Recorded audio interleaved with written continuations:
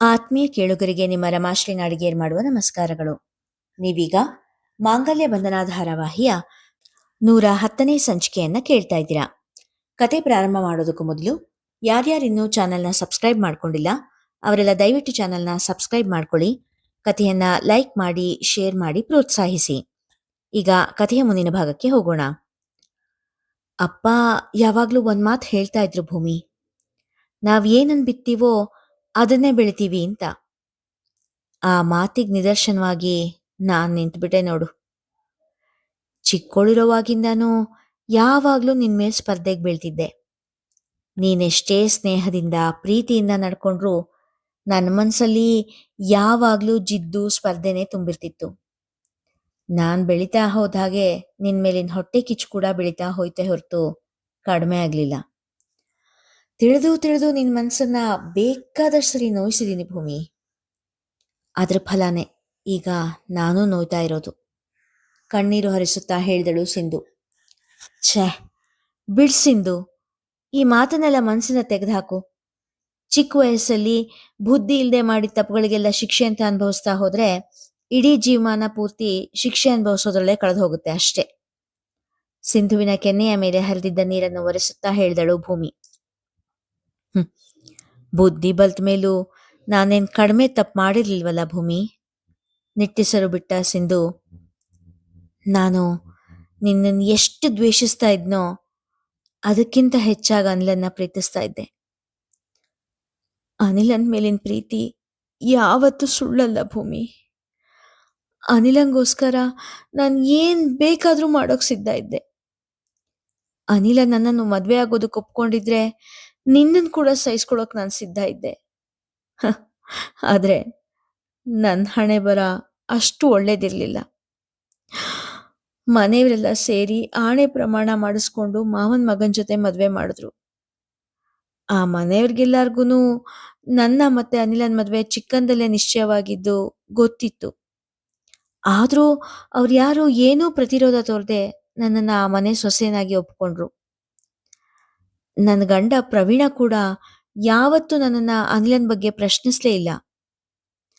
ನನ್ನ ಸೋದರ ಮಾವ ಮತ್ತು ಸೋದರತ್ತೆನೇ ನಂಗೆ ಅತ್ತೆ ಮಾವ ಆಗಿದ್ರಿಂದ ಆ ಮನೆಗೆ ಹೊಂದ್ಕೊಳ್ಳೋದು ನನಗೆ ಕಷ್ಟ ಕೂಡ ಆಗ್ಲಿಲ್ಲ. ಅತ್ತೆ ಮಾವನ ಜೊತೆಗೆ ಅಲ್ಲಿ ನನ್ನ ದೊಡ್ಡಮ್ಮ ಮತ್ತೆ ಅವ್ರ ಮಗಳು ಗಂಗಾ ಕೂಡ ಇದ್ಲು. ಮೊದ್ಲೊಂದೆರಡು ತಿಂಗಳು ಎಲ್ಲ ಚೆನ್ನಾಗೇ ಇತ್ತು. ನನ್ನ ಗಂಡ ಕೂಡ ನನ್ನ ಜೊತೆ ತುಂಬಾ ಚೆನ್ನಾಗಿ ನಡ್ಕೊಳ್ತಾ ಇದ್ರು. ದೊಡ್ಡಮ್ಮನ ಮಗಳು ಗಂಗಾಂಗ್ ಮಾತ್ರ ನನ್ ಕಂಡ್ರೆ ಯಾಕೋ ಒಂಥರ ಅಸಮಾಧಾನ. ಉಳಿದ ಹೊತ್ತಲ್ಲೆಲ್ಲ ನನ್ನ ಜೊತೆ ಚೆನ್ನಾಗಿರ್ತಾ ಇದ್ದಿದ್ ನನ್ನ ಗಂಡ ಗಂಗಾ ಮನೇಲಿದ್ರೆ ಮಾತ್ರ ನನ್ನ ಜೊತೆ ಅಪರಿಚಿತರ ಇರ್ತಿದ್ರು. ಗಂಗಂಗೂ ಇವ್ರಿಗೂ ಸ್ವಲ್ಪ ಹೆಚ್ಚಿಗೆನೆ ಸಲಿಗೆ ಇತ್ತು.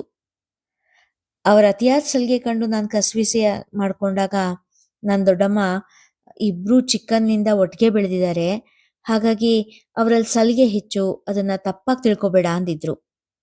ನಾನು ಕೂಡ ಹಾಗೆ ಭಾವಿಸಿದ್ದೆ. ಆದ್ರೆ ಎಂದವಳೆ ಬಿಕ್ಕಿ ಬಿಕ್ಕಿ ಅಳಲು ಶುರು ಮಾಡಿದಳು. ಭೂಮಿಗೆ ಮುಂದಿನ ಕಥೆ ಸ್ವಲ್ಪ ಅರ್ಥವಾದಂತಾಯ್ತು. ತನ್ನನ್ನು ತಬ್ಬಿ ಹಿಡಿದಿದ್ದ ಸಿಂಧುವಿನ ಬೆನ್ನ ಮೇಲೆ ನೇವರಿಸುತ್ತಾ ಅವಳಿಗೆ ಸಮಾಧಾನ ಮಾಡಲು ಯತ್ನಿಸಿದಳು. ಅವರಿಬ್ರು ಒಡನಾಟ ತೀರಾ ಮಿತ ಮೀರಿದಾಗ ತಡೀಲಾಗದೆ ಒಂದ್ಸರ್ತಿ ಕೇಳೇ ಬಿಟ್ಟೆ. ನನ್ನ ಗಂಡ ಅವಳನ್ನ ಚಿಕ್ಕ ವಯಸ್ಸಿನಿಂದಾನೇ ಪ್ರೀತಿಸ್ತಾ ಇರೋದಾಗಿ ಒಪ್ಕೊಂಡ್ರು. ಅಳುತ್ತಲೇ ಹೇಳಿದಳು ಸಿಂಧು. ಮತ್ತೆ ನಿನ್ನನ್ ಯಾಕೆ ಮದುವೆ ಆದ್ರಂತೆ? ಅವಳು ಅತ್ತೆ ಮಗಳು ತಾನೆ, ಅವಳನ್ನೇ ಮದುವೆ ಆಗ್ಬೋದಿತ್ತಲ್ಲ? ಭೂಮಿ ಅಚ್ಚರಿಯಿಂದ ಕೇಳಿದಳು. ಸಿಂಧು ತುಟಿ ಕೊಂಕಿಸಿ ನಗುತ್ತಾ, ನಿನಗೆ ಗೊತ್ತಾ ಭೂಮಿ, ಆ ಮನೆಗೆ ಒಂದ್ ಶಾಪ ಇದೆಯಂತೆ. ಆ ಮನೇಲಿ ಹುಟ್ಟಿರೋ ಎಲ್ಲಾ ಗಂಡು ಮಕ್ಕಳಿಗೂ ಇದುವರೆಗೂ ಎರಡೆರಡು ಮದುವೆ ಆಗಿದೆಯಂತೆ. ಮೊದಲನೇ ಹೆಂಡತಿ ಹೆರ್ಗೆಲೋ ಅಥವಾ ಏನಾದ್ರೂ ಕಾಯಿಲೆ ಬಂದು ಸತ್ತು ಹೋಗ್ತಾಳಂತೆ. ಅದಕ್ಕೋಸ್ಕರನೇ ನನ್ ಬಲಿ. ನಾನ್ ಪ್ರವೀಣನ್ ಮೊದಲನೇ ಹೆಂಡತಿಯಾಗಿ ನನ್ ಸಾವಾದ್ಮೇಲೆ ಗಂಗಾನ್ ಮದ್ವೆ ಆಗೋದು ಅಂತ ಯೋಚನೆ ಮಾಡಿದ್ರಂತೆ. ನಿಧಾನವಾಗಿ ಹೇಳಿದಳು ಸಿಂಧು. ಛೇ, ಎಂತ ಕಟಕ್ರೆ ಅವರು! ಸ್ವಂತ ತಂಗಿ ಮಗಳಿಗೆ ಹೀಗ್ ಮೋಸ ಮಾಡೋದಾ? ಸ್ವಲ್ಪನೂ ಅಂತಃಕರಣ ಇಲ್ಲದೆ ಇರೋ ಜನ, ಬೇಸರದಿಂದ ನುಡಿದಳು ಭೂಮಿ. ಸ್ವಂತ ತಂಗಿ ಮಗಳು ನಾನಲ್ಲ, ಗಂಗಾ ನಮ್ಮ ಮಾವನ್ ಸ್ವಂತ ತಂಗಿ ಮಗಳು. ನನ್ನಮ್ಮ ಅವ್ರಿಗೆ ಮಲ್ತಂಗಿ. ಅಂದ್ರೆ ನನ್ನ ಅಜ್ಜನ್ 2ನೇ ಹೆಂಡ್ತಿ ಮಗಳು. ನನ್ ಮಾವಂಗೂ ಸಹ 2 ಹೆಂಡ್ತಿರಂತೆ. ಮೊದಲನೇವಳು ಹೆರ್ಗೇಲ್ ತೀರ್ ಹೋದ್ಮೇಲೆ ಈಗಿರೋ ಅತ್ತೆನ್ ಮದ್ವೆ ಆದ್ರಂತೆ. ನಿಟ್ಟಿಸ್ರು ಬಿಟ್ಟಳು ಸಿಂಧು. ನನ್ ಹೆರಿಗೆ ಆಗಿ ನಾನ್ ಸಾಯೋ ತನಕ ತಾಳ್ಮೆ ಅವ್ರಿಗಿರ್ಲಿಲ್ಲ ಭೂಮಿ. ಯಾಕೆಂದ್ರೆ ಗಂಗಾಗೆ ಈಗಾಗ್ಲೇ 2 ತಿಂಗಳಾಗಿತ್ತು. ನಾನ್ ಸತ್ರೆ ಮಾತ್ರ ಅವರಿಬ್ರು ಮದ್ವೆ ಆಗ್ಬೋದಿತ್ತು. ಅದ್ರ ಫಲನೇ ನನ್ನೀಗಿನ ಸ್ಥಿತಿ. ಸಿಂಧುವಿನ ಕಣ್ಣೀರು ಒಣಗಿ ಹೋಗಿತ್ತು. ಸಿಂಧುವಿನ ಕತೆ ಕೇಳಿ ಎಲ್ಲರೂ ಮೌನವಾಗಿ ಕುಳಿತು ಬಿಟ್ಟರು. ಮಗಳು ಇಂತಹದ್ದೊಂದು ಹಿಂಸೆ ಅನುಭವಿಸಿರಬಹುದು ಎಂಬ ಅಂದಾಜು ಕೂಡ ಇಲ್ಲದ ಸಾವಿತ್ರಮ್ಮ ದಿಕ್ಕೇ ತೋಚದಂತೆ ಕುಳಿತು ಬಿಟ್ಟಿದ್ದರು. ತನ್ನದೇ ತವರು ತನ್ನ ಕರುಳ ಕುಡಿಗೆ ಈ ರೀತಿ ಅನ್ಯಾಯ ಮಾಡಬಹುದು ಎಂಬ ಕಲ್ಪನೆ ಕೂಡ ಅವರಿಗಿರಲಿಲ್ಲ. ಭೂಮಿಯ ಬಾಳು ಹಾಳಾಗಲಿ ಎಂದು ಬಯಸಿದ್ದ ಸಿಂಧುವಿನ ಬಾಳು ದಿಕ್ಕು ಕಾಣದ ನಾವಿಯಂತಾಗಿತ್ತು. ನಾವಿಕನಿಲ್ಲದೆ ಮುಳುಗುವ ಹಂತದಲ್ಲಿ ಇತ್ತು. ಸಿಂಧುವಿನ ಕಥೆಯೆಲ್ಲವನ್ನು ಕೇಳಿದ ಭೂಮಿಯ ಮನಸ್ಸು ದುಃಖದಲ್ಲಿ ಬೆಂದು ಹೋಗಿತ್ತು. ಜಾನತೆ, ಸಿಂಧು ಮಾಡಿದ್ದು ಅಷ್ಟು ದೊಡ್ಡ ಅಪರಾಧನ? ಎಲ್ಲರಲ್ಲೂ ಇರೋ ಹೊಟ್ಟೆ ಕಿಚ್ಚು ಅವಳಲ್ಲಿ ಸ್ವಲ್ಪ ಜಾಸ್ತಿ ಇತ್ತು ಅಷ್ಟೇ. ಆದ್ರೆ ಅದಕ್ಕೋಸ್ಕರ ಈ ಮಟ್ಟದ ಶಿಕ್ಷೆನಾ? ಎಷ್ಟೋ ಜನ ಇದ್ರ 100 ಪಾಲ್ನಷ್ಟು ದೊಡ್ಡ ಅಪರಾಧ ಮಾಡಿರ್ತಾರೆ. ಆದ್ರೆ ಅವರಿಗೆ ಸಣ್ಣ ಶಿಕ್ಷೆ ಕೂಡ ಆಗಿರೋದಿಲ್ಲ. ಆದ್ರೆ ಇಲ್ಲಿ ಸಿಂಧುಗೆ ಈ ಶಿಕ್ಷೆ ತೀರಾ ಹೆಚ್ಚಾಯ್ತಲ್ವಾ? ತುಂಬಿ ಬಂದ ಕಣ್ಣನ್ನು ಒರೆಸಿಕೊಳ್ಳುತ್ತಲೇ ಕೇಳಿದಳು ಭೂಮಿ. ದೇವರ ಲೆಕ್ಕ ನಮ್ಮಂತ ಪಾಮರರಿಗೆಲ್ಲ ಅರ್ಥ ಆಗುತ್ತೆ ಭೂಮಿ. ನಾವು ಈಗಿಂದಷ್ಟನ್ನೇ ನಮ್ ಕಣ್ಣಿಗೆ ಅರಿವಿಗೆ ನಿಲ್ಕೋದಷ್ಟನ್ನೇ ನೋಡ್ತೀವಿ. ಅವನಿಗೆ ಹಿಂದು ಮುಂದಿಂದೆಲ್ಲ ಗೊತ್ತು. ಅವನೇನೇ ಮಾಡಿದ್ರೂ ಅದರಲ್ಲಿ ನ್ಯಾಯ ಇರುತ್ತೆ ಎಂದರು ಜಾನಕಿ. ಭೂಮಿ ತಾಧ್ಯಾತ್ಮತೆಯಿಂದ ಜಾನಕಿಯವರನ್ನೇ ನೋಡಿದಳು. ಜಾನತೆ, ನಿಂಗೆ ದೇವರಲ್ಲಿ ಅದೆಷ್ಟು ನಂಬಿಕೆ ಇದೆ ಅಲ್ಲ? ನಿನ್ಗೆ ಯಾವತ್ತೂ ದೇವ್ರ ಮೇಲೆ ಕೋಪನೇ ಬಂದಿಲ್ವಾ? ನಿಂದೇನೂ ತಪ್ಪಿಲ್ದೆ ನಿನ್ ಜೀವನದಲ್ಲಿ ಇಷ್ಟು ದೊಡ್ಡ ಘಟನೆ ನಡೆದು ಹೋಗಿದೆಯಲ್ಲ, ಅದಕ್ಕೆ ಯಾವತ್ತೂ ದೇವ್ರನ್ನ ದೂರ್ಬೇಕು ಅಂತ ಅನ್ಸ್ಲೇ ಇಲ್ವಾ ನಿಂಗೆ?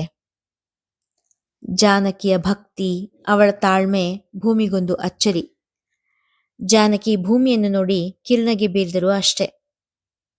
ನಾವು ಒಂದ್ ಸಣ್ಣ ಪುಟ್ಟ ವಿಷಯದಲ್ಲಿ ನಿರಾಸೆ ಆದ್ರೂ ಆ ದೇವ್ರ ಮುಂದೆ ದೂರಿನ ಪಟ್ಟಿ ಇಡ್ತೀವಿ.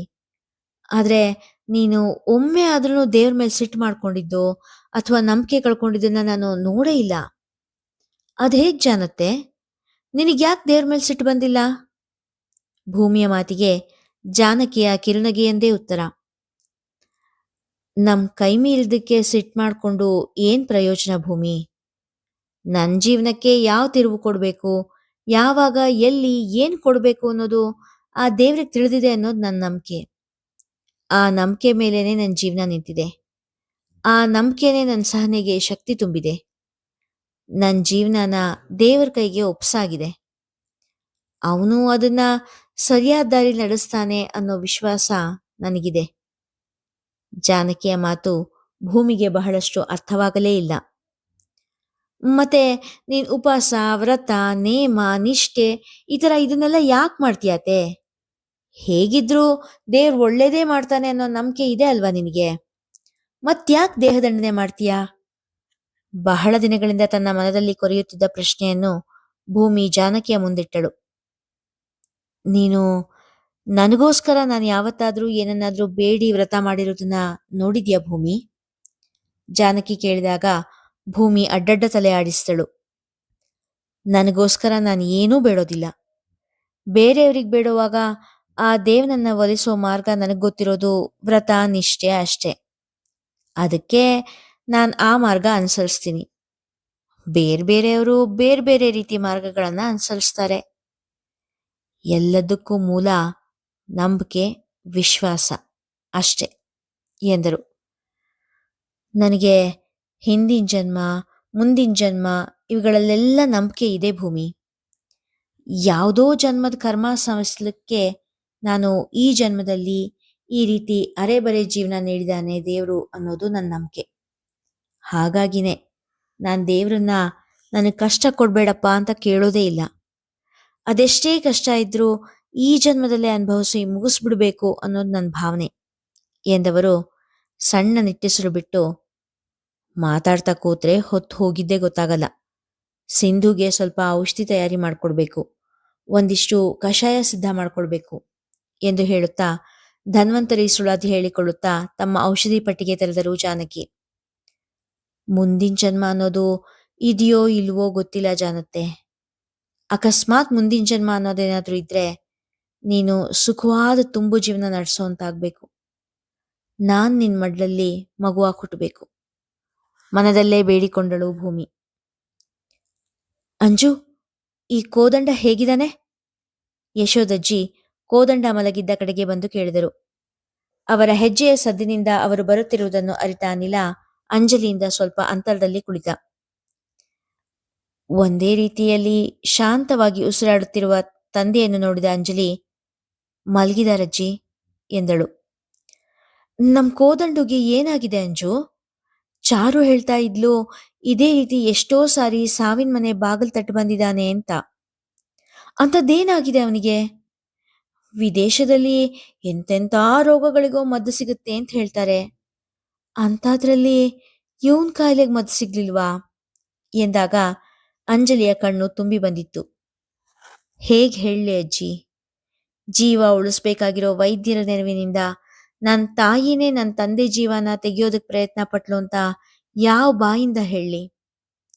ನನ್ನನ್ನು ಹೆತ್ತ ತಾಯಿ ಕೊಲೆಗಡಕಿ ಕೊಂಚ ಕೂಡ ಕರುಣೆ ಇಲ್ಲದೆ ನಿಮ್ಮ ಮಗನನ್ನ ಯಮನಿಗೆ ಔತಣ ನೀಡೋದಕ್ಕೆ ಹೊರಟಿದ್ಲು ಅನ್ನೋದನ್ನ ಹೇಗ್ ತಾನೇ ಹೇಳಿ ಎಂದು ಚಿಂತಿಸಿ ತಲೆ ತಗ್ಗಿಸಿದಳು. ನಿಮ್ ಪ್ರಯತ್ನ ನೀವು ಮಾಡಿರ್ತೀರ, ನಂಗೊತ್ತು. ಅವನ್ ಹಣೆ ಬರ ಕೊಟ್ಟಿಯಾದ್ರೆ ನೀವೇನ್ ಮಾಡೋಕ್ಕಾಗುತ್ತೆ ಎಂದು ಹೇಳುತ್ತಾ ಅಲ್ಲಿಂದ ಇದ್ದವರು, ಇನ್ನೂ ಜಾನಕಿ ಯಾಕೆ ಬರಲಿಲ್ಲ ಎಂದುಕೊಳ್ಳುತ್ತಾ ಮತ್ತೆ ದೇವರ ವಿಗ್ರಹದ ಮುಂದೆ ಕುಳಿತರು. ಅಂಜು, ಔಷಧಿ ಕೊಡೋ ಹೊತ್ತಾಗಿದೆ, ಜಾನತೆ ಕೊಟ್ಟು ಔಷಧಿನ ಕೊಡು. ಅನಿಲ ನೆನಪಿಸಿದಾಗ ಅಂಜಲಿ ಕೋದಂಡರಾಮನಿಗೆ ಔಷಧಿ ಕೊಟ್ಟಳು. ಅಜ್ಜಯ್ಯ, ಪ್ಲೀಸ್ ಜಾನಮ್ಮನ್ನ ನನ್ನ ಜೊತೆ ಕಳಿಸಿ, ನನ್ನ ಅಪ್ಪಾಜಿನ ಉಳಿಸ್ಕೊಡಿ. ಸೀದಾ ಆಚಾರ್ಯರ ಕಾಲಿಗೆ ಎರಗಿದ್ದ ಅಭಿ. ಓ, ಘನಪಾಟಿಗಳ ಮೊಮ್ಮಗಂಗೆ ಈಗ ಜಾನಮ್ಮನ್ ನೆನ್ಪಾಯ್ತೋ? ಬಹಳ ಬೇಗನೆ ಆಗಿದೆಯಲ್ಲ, ವ್ಯಂಗ್ಯವಾಗಿ ಹೇಳಿದರು ಆಚಾರ್ಯರು. ಯಾಕಜ್ಜಯ್ಯ, ಯಾಕೆ ಹೀಗೆ ಮಾತಾಡ್ತಿದ್ದೀರಾ? ಪ್ಲೀಸ್, ನನ್ನ ಅಪ್ಪಂಗೆ ಈಗ ಜಾನಮ್ಮನ ಅವಶ್ಯಕತೆ ತುಂಬ ಇದೆ, ದಯವಿಟ್ಟು ಅವರನ್ನು ಕಳಿಸ್ಕೊಡಿ ಬೇಡಿಕೊಂಡ. ಅವನ ಮಾತಿಗೆ ಉತ್ತರ ಕೊಡದೆ ದೂರದಲ್ಲಿ ದೃಷ್ಟಿ ನೆಟ್ಟರು ಆಚಾರ್ಯರು. ಅಜ್ಜಯ್ಯ ಮತ್ತೆ ಕರೆದ ಅಭಿ. ಅಭಿ, ನೀನ್ ಜಾನಕಿ ತಂದೆ ಆಗಿದ್ರೆ ಏನ್ ಮಾಡ್ತಾ ಇದ್ದೆ? ಆಚಾರ್ಯರು ಕೇಳಿದಾಗ ಅಭಿಯ ಗೋಗರಿಯುವಿಕೆ ತಟ್ಟನೆ ನಿಂತಿತು. ನೋಡಿದ್ಯಾ, ಈಗ ನಿನಗೆ ನನ್ನ ಪರಿಸ್ಥಿತಿ ಅರ್ಥ ಆಗ್ತಾ ಇದೆ ಅಲ್ವಾ ಎನ್ನುತ್ತಾ ಒಂದು ಕಡೆ ಕುಳಿತು ಬಿಟ್ಟರು. ನಿನ್ ತಂದೆ ಭಾರತಕ್ಕೆ ಬರ್ತಾ ಇದ್ದಾನೆ ಅಂದಾಗಿಂದ ಆಸೆ ಮಿಣುಕು ದೀಪ ಹಚ್ಕೊಂಡು ಕಾಯ್ತಾ ಇದ್ದೀನಿ. ಇನ್ನು ಮುಂದಾದ್ರೂ ನನ್ನ ಮಗಳು ನಿಜವಾದ ಅರ್ಥದಲ್ಲಿ ಸುಮಂಗಲಿಯಾಗಿ ಬದುಕ್ತಾಳೆ ಅನ್ನೋ ಬಯಕೆ ನನಗೆ. ಆದ್ರೆ ಕೋದಂಡರಾಮ ಬರ್ತಾನೆ ಅಂತ ತಿಳಿದಾಗಿಂದ ಒಮ್ಮೆ ಆದ್ರೂ ನಿಮ್ ಅಜ್ಜ ಅಜ್ಜಿಗೆ ಅಂದ್ರೆ ಜಾನಕಿ ಅತ್ತೆ ಮಾವಂಗೆ ಅವಳು ನೆನಪಾಯ್ತಾ? ಅವರವ್ರ ಸಂಭ್ರಮನೇ ಅವರಿಗೆ. ಹಸಿಯಾದ ಕಣ್ಣ ಅಂಚನ್ನು ಶಲ್ಯದಿಂದ ಒರೆಸಿಕೊಂಡರು. ಅಜ್ಜಯ್ಯ, ತಪ್ಪಾಗಿದೆ, ಅಜ್ಜಿ ತಾತನಿಂದ ತಪ್ಪಾಗಿದೆ, ದೊಡ್ಡ ತಪ್ಪೇ ಆಗಿದೆ, ಇಲ್ಲ ಅಂತ ಹೇಳೋದಿಲ್ಲ. ವಯಸ್ಸಾದ ಜೀವಗಳು ಕರಳು ಕುಡಿನ ನೋಡೋ ಆತ್ರದಲ್ಲಿ ಮನೆ ಮಹಾಲಕ್ಷ್ಮಿ ಮರ್ತು ಬಿಟ್ರು. ಅವ್ರು ಮಾಡಿದ ತಪ್ಪೇ, ದಯವಿಟ್ಟು ಅವ್ರನ್ನ ಕ್ಷಮಿಸ್ಬಿಡಿ. ಜಾನಮ್ಮನ್ನ ನನ್ನ ಜೊತೆ ಕಳಿಸ್ಕೊಡಿ. ನನ್ನಪ್ಪ ಅಲ್ಲಿ ಸಾವು ಬದುಕಿನ ಮಧ್ಯ ಹೋರಾಡ್ತಾ ಇದ್ದಾರೆ. ಜಾನಮ್ಮ ಅವ್ರ ಪಾಲಿನ ಸಂಜೀವ್ನಿ. ಜಾನಮ್ಮ ಅಲ್ಲಿಗೆ ಬಂದ್ರೆ ಹೇಗಾದ್ರೂ ಸರಿ ಅವ್ರ ಪ್ರಾಣ ಕಾಪಾಡ್ತಾರೆ ಅನ್ನೋ